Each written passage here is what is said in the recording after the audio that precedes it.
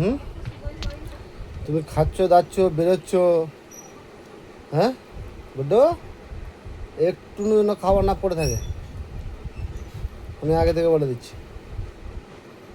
পুরো খাবারটা তুমি চমচম চমচম করে খেয়ে নেবে, ঠিক আছে? আর তোমাকে ডেলি ডেলি খুঁজে খুঁজে খুঁজে খুঁজে নিয়ে আসতে হবে, তাই তো? হ্যাঁ, আমাকে বলো আগে তুমি,